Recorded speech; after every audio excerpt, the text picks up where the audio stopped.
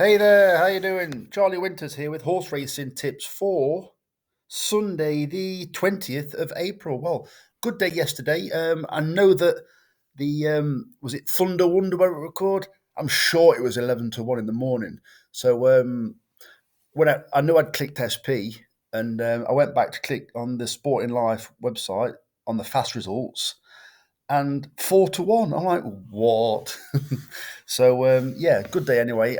I'm not sure exactly. I can't remember how much I've got a lot on at the moment, but I can't even remember how much I stayed. But I can remember seeing this £41 in my account. I'm not sure if I had a pound each way on another one of the horses, only the horses that were in the initial bet. But yeah, it was a winning day anyway. And finally, so we had a winner. Well, what was it? A winner, two placed, and a non-runner. So let me get into Sunday's selections. So far, I've only picked the horses. I'm not sure. I'm not even looked for the football. So let me get into it. So what I've had is I've had a 10 pence each way, look 15, and I've took all the prices. I think two of them are good value. I think two of them are probably wrong, but it gives you opportunity to cash out. And I might be wrong. They might be much shorter come post time. They might do a Thunder Wonder, whatever it's called, and go to 4 to 1 or half in price. I've also had 40p each way singles, and I've left the prices on those. I haven't took them. And that leaves me, from a tenner, it leaves me 80p left. So what I've had is I've had a 40 pence each way accumulated because I do like the look of all of them, but that means absolutely nothing. That means, honestly, from history, I've been skeptical about some of the selections, and they ran absolute crackers all won. The ones when I sometimes really like the look of them, I've had four unplaced. So yeah, I've had a 40 pence each way accumulated. It's just a nice, if they all come placed, it makes a nice little return. And then I've had another 10 pence each way, look 15, where I've left all the prices. So I've left them to SP. So I'm going to show you the look 15 where I've took the prices, and I'll obviously show you the selections. So as I said, the first bet is a 10 pence each way, look 15. The selection is Kangai. It's 15 to 2 in the 1 minute past 2 race at Bath. This is one of the very few horses in this race that has ran recently. It ran 8 days ago. It's got Mason Patel on board, claiming seven. He's doing really well. He had a winner from the front the other day. Can't remember what it was called, but it went clear from a long way out. I did see it. Um, I have kept an eye on this jockey ever since he lost by, I think it was a nose on a 66 to 1 for us. I think, was it? Don't think it was Starfighter, but it was another one of the Lawrence Bellman horses in the yellow and blue colours when he was riding for, I think it was Mark or David Loughnane. In fact, it definitely wasn't that horse. It was something like Striker or something like that. It drifted from 8 to 1 to 66s that day and lost by a nose. And yes, we had a good day, but I took the price of 8 to 1. This is why I split the bet. So Kangai, it ran an okay race last time. It was a bit keen and it faded. Well, I say it faded. The racing post said it gradually weakened. I like it when it says that because it means that once the horses that finish in front of it have gone by it, they don't go by it that quick. If you know what I mean, it's a little bit like when you read outpaced. It gradually loses touch, and I think that was not a bad sign because it's stepped up in distance by 2 furlong.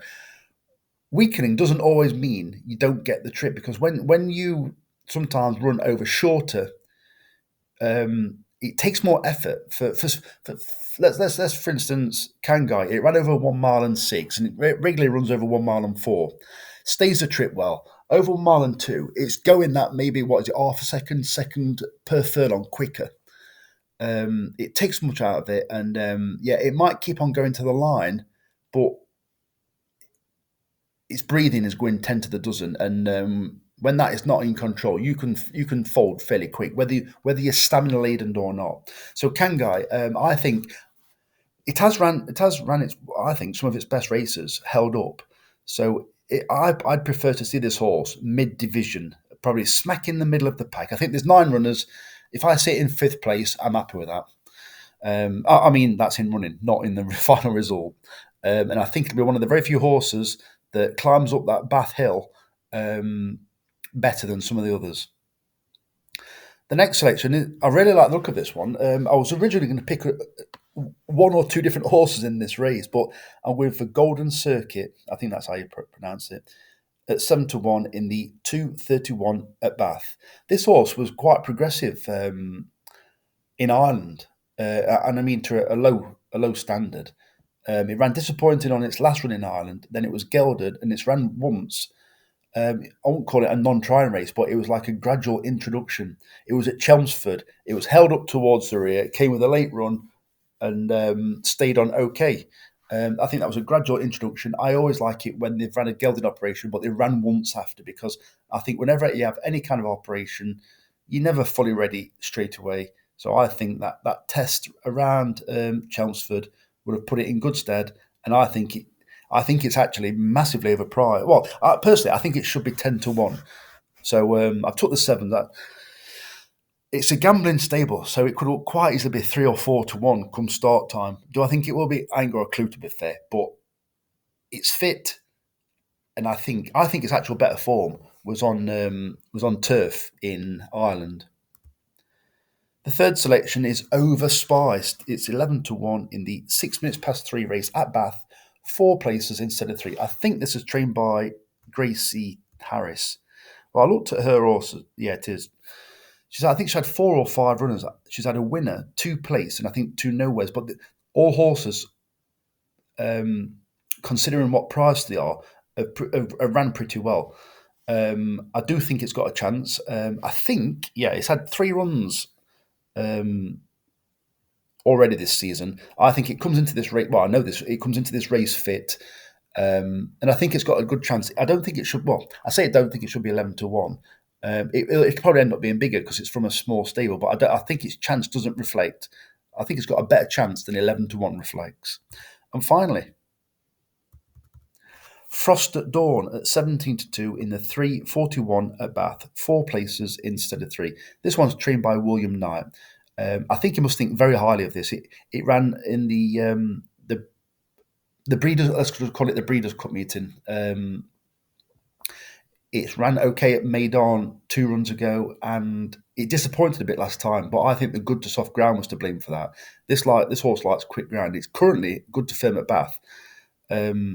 In the Racing Post analysis, it did say wouldn't want too much rain. Well, I've clicked on the forecast and I can't see rain. I could just see clouds at Bath. So not sure how much rain there's going to be. Maybe there was a lot overnight. I don't know. It's interesting the fact that Oisin Murphy rode this horse in. It was either Maidan or Delmar. I'm not sure which one, but the fact that he travelled overseas, it's probably there anyway. Probably didn't go specifically for this horse, but the fact that he rode it there and he rides it for William Knight at Bath on a Sunday. So I'm thinking that there may be something there. It's quite an expensive race. I think William Knight is a very shrewd trainer. So these are the bets for Sunday. So if you can give me a like, a subscribe, or a share, well, you're not going to share it because nobody shares these kind of videos, but a like or a subscribe or a comment, I'd really appreciate it.